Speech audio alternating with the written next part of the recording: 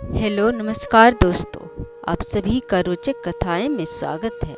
आज मैं लेकर आई हूँ नाग पंचमी व्रत के महत्व। एक बार महाराज युधिष्ठिर ने भगवान श्री कृष्ण से नाग पंचमी व्रत के विषय में जिज्ञासा व्यक्त की। तब भगवान श्री कृष्ण ने कहा, युधिष्ठिर, दैता पंचमी नागों के आनंद को बढ़ाने वाला होती है। श्रावण शुक्ल पक्ष पंचमी में नागों का महान उत्सव होता है। उस दिन वासुकी, तक्षक, कालिया, मानिक, भद्रक, धृतराष्ट्र, रैवत, करकोटक और धनंजय ये सभी नाग प्राणियों को अभय दान देते हैं। जो मनुष्य नाग पंचमी के दिन नागों को दूध से स्नान कराते हैं, दूध पिलाते हैं, उनके कुल में प्राणियों को ये सदा अभयदान देते रहते हैं। जब नाग माता कद्रू ने नागों को श्राप दे दिया, तब वे रात दिन संतप्त हो रहे थे।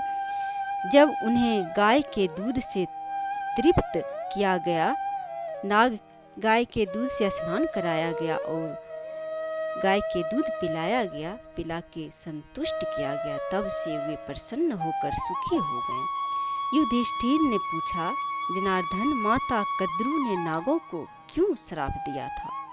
उस श्राप का निवारण के लिए कैसे हुआ? उस श्राप का निवारण कैसे हुआ? भगवान श्री कृष्ण ने कहा, अश्वों का राजा उच्चैश्रवा अमृत से उत्पन्न हुआ था। वह श्वेत वर्ण का था। उसे देखकर नाग माता कद्रू ने अपनी बहन विनीता से कहा, देखो, दोनों अमृत से उत्पन्न यह अश्वरतन श्वेत है, पर आज इसके सभी श्वेत बाल काले दिखाई पड़ते हैं। तुम देखती हो या नहीं? विनीता बोली, इस श्रेष्ठ घोड़े का स्वर्ग श्वेत है, नो काला है नो लाल है, कैसे तुम्हें काला दिखाई पड़ता है? कद्रू बोली, विनीता, मैं एक आँखों वाली इसे काले बालों वाला देखती हूँ, परंतु तुम दो आँखों वाली होकर भी नहीं देखती। कुछ शर्त रखो। विनीता ने कहा, कद्रू, यदि तुम इसके काले केस दिखा देगी तो मैं तुम्हारी दासी हो जाऊंगी। यदि तुम काले केस नहीं दिखा पाओगी तो तुम मेरी दासी हो जाओगी।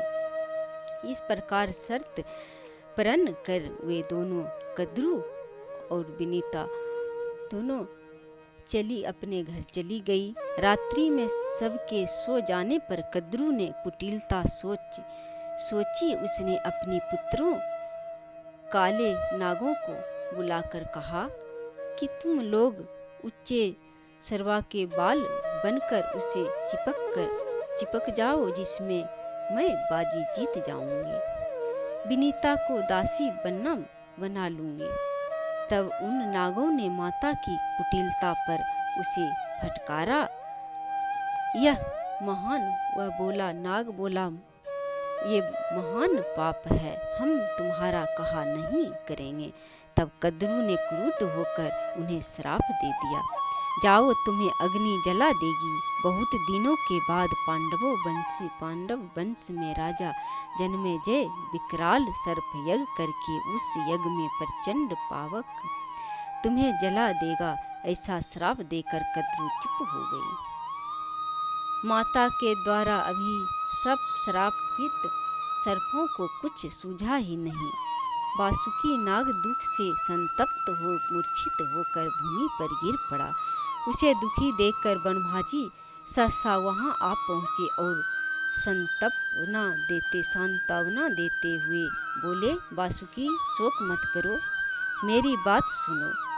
यायावर वंश में जरत्कारु नाम के द्विज उत्पन्न हुए हैं। आगे चलकर वे बड़े तेजस्वी तपोनिधि होंगे।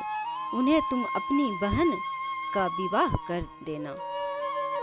इसे आस्तिक नाम के विख्यात पुत्र होगा। उस बहन से आस्तिक नाम के विख्यात पुत्र होगा।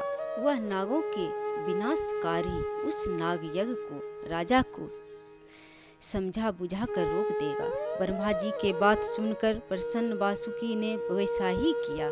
नागों को इसे अभयदान मिला, वे इसे परम प्रसन्न हुए। उनका वंशधर आस्तिक हम नागों का विनाश रोक देगा। ब्रह्मा जी ने उनसे कहा, आस्तिक द्वारा तुम लोगों का यह भय निवारण श्रावण शुक्ल पक्ष पंचमी को होगा। इसलिए युधिष्ठिर यह पंचमी शुभादयिता कही जाती है तथा नागों को आनंद देने वाली है। इस तिथि को ब्राह्मणों को भोजन कराकर नागों की इस प्रकार पूजा प्रार्थना करनी चाहिए। भूतल पर जो नाग है वे प्रसन्न हो। जो नाग हिमालय पर रहते हैं, जो आकाश में है, जो देवलोक में है, जो नदियाँ सरोवर में है और जो बावली तालाबों में है, उन सब को नमस्कार है। ऐसा कहकर नागों और विप्रों की यथा योग पूजा कर उनका विसर्जन करें। तत्पश्चात सेवकों और परिजनों सहित स्वयं भोजन करें। पहले मधुर पदार्थ खाएं, पीछे अन्न भोजन पदार्थ स्वेच्छा से ग्रहण करें। इस प्रकार व्रत नियम करने वाला मरने के बाद नागलोक को जाता है। वहाँ अप्सराएं उसकी पूजा करती है और वे श्रेष्ठ विमान पर आरूढ़ हो अभिष्ट काल तक विहार करता है। वहाँ से पुनः इस भूतल पर जन्म लेने पर वह राजाधिराज होता है। उसके पास सभी रत्नों का भंडार होता है, सवारियाँ होती है, संपत्ति होती है। वह 5 जन्मों तक निरंतर राजा होता है। इस अवधि में वह अधिक आदि व्याधि से मुक्त रहता है।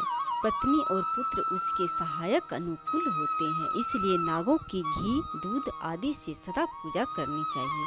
युधिष्ठिर ने पुनः पूछा, भगवान, क्रुद्ध नाग जिस व्यक्ति को डस लेता है उसका क्या होता है?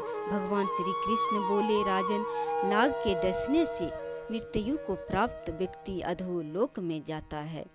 वहाँ वह विषहीन सर्प होता है। युधिष्ठिर ने पुनः पूछा, सांप के काटने से जिसके पिता, माता, भाई, मित्र, पुत्र, बहन, कन्या या स्त्री कोई भी संबंधी जन मर जाते हैं, उनके उद्धार के लिए उसे क्या दान, व्रत, उपवास करना चाहिए जिसे वे स्वर्ग को प्राप्त हो? भगवान श्री कृष्ण ने कहा, राजन, उन्हें नागों को प्रसन्न करने वाली पंचमी का व्रत 1 वर्ष तक करना चाहिए। उसका विधान सुनिए। भाद्रपद मास के शुक्ल पक्ष की पंचमी अधिक पुण्य कारक है। सद्गति की कामना से उसे ग्रहण करना चाहिए। इस प्रकार इस वर्ष में 12 पंचमियां होती है। व्रत के पर्व दिन चतुर्थी को रात्रि में एक अन्न ग्रहण करना चाहिए। दूसरे दिन पंचमी को नाग की पूजा करनी चाहिए। सोने या चांदी या लकड़ी अथवा मिट्टी का 5 फनों का नाग बनाकर श्रद्धा भक्ति पूर्वक उसकी पूजा करें। उन्हें करवीर के फूल, कमल के फूल, सुंदर जाति पुष्प, चंदन, नवेद आदि समर्पित कर पूजा करें। पूजा के पश्चात ब्राह्मण को भोजन कराएं। ब्राह्मण भोजन में घी, खीर, मोदक की प्रधानता होनी चाहिए। सर्प के काटने से मरे हुए प्राणी के लिए नारायण बलि करें। दान और पिंड दान में ब्राह्मणों को तृप्त करना चाहिए। 1 वर्ष पूर्ण होने पर वृषोत्सर्ग करना चाहिए। स्नान कर जल दान करें। यहाँ श्री कृष्ण प्रसन्न हो यह प्रार्थना करें। प्रत्येक मास में अनंत, वासुकी, शेष, पद्म, कंबल, अश्वतर, धृतराष्ट्र, शंखपाल, कालिया, तक्षक तथा पिंगल नाम के महान नागों का नामों उच्चारण करना चाहिए। वर्ष की समाप्ति पर पारण के समय ब्राह्मण को भोजन कराएं। इतिहास वेता विद्वान विप्रवर स्वर्ण का ब्राह्मण को भोजन कराएं। इतिहास में नाग तथा सवत्स, सीधी गौ, कासे की दोहिनी, दूध दूहने का पात्र सहित देनी चाहिए। विद्वानों ने यह पारण विधि बताई है। इस श्रेष्ठ व्रत के करने से बांधवों को सद्गति की प्राप्ति होती है। सर्प आदि के काटने से जिनकी अधोगति हो जाती है, उनके निमित्त यदि 1 वर्ष तक यह उत्तम व्रत भक्ति पूर्वक किया जाए तो वे जीव उस यातना से मुक्त होकर शुभ गति को प्राप्त होते हैं। जो भक्ति पूर्वक नित्य इस आख्यान को पढ़ता या सुनता है, उसके कुटुंब में नागों से कोई भय नहीं होता। इसी प्रकार जो भाद्रपद शुक्ल पक्ष पंचमी को काले रंगों से नागों का चित्र बनाकर गंध, पुष्प, घी, गुग्गल, खीर आदि से भक्ति पूर्वक पूजा करता है, उस पर तक्षक आदि नाग प्रसन्न होते हैं। उसके 7 कुल पीढ़ी तक नागों से भय नहीं हो रहता। इसी प्रकार आश्विन मास की शुक्ल पंचमी को उसके नाग बनाकर इंद्राणी के साथ उनकी पूजा करें। घी, दूध और जल से स्नान कराकर दूध में पके गेहूं तथा अन्य भोजन पदार्थ उन्हें श्रद्धा भक्ति पूर्वक समर्पित करें तो शेष आदि नाग उस पर प्रसन्न होते हैं, उसे सुख शांति प्रदान करते हैं। मृत्यु के बाद वह प्राणी उत्तम लोक को प्राप्त करता है, जो चिरकाल तक आनंद भोगता है। यह पंचमी व्रत का विधान है। सर्पों का सर्व दोष निवारण मंत्र यह है, ओम कुरु कुल्ले हुम फट स्वाहा। इस मंत्र से भक्ति पूर्वक 100 पंचमियों को जो सर्पों की पूजा पुष्पों से करते हैं, उनके घर में सर्पों का कभी भय नहीं होता। यह कथा भविष्य पुराण में है। यह कथा अच्छा लगा हो तो कमेंट बॉक्स में ज़रूर लिखें और लाइक और शेयर करें। जय श्री हरि।